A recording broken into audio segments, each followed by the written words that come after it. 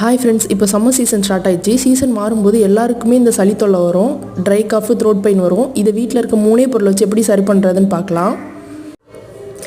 அதுக்கு 2 கைப்பிடி உடச்ச கடலை, எங்கள் ஊரில் பொட்டுக்கடலைன்னு சொல்லுவோம்.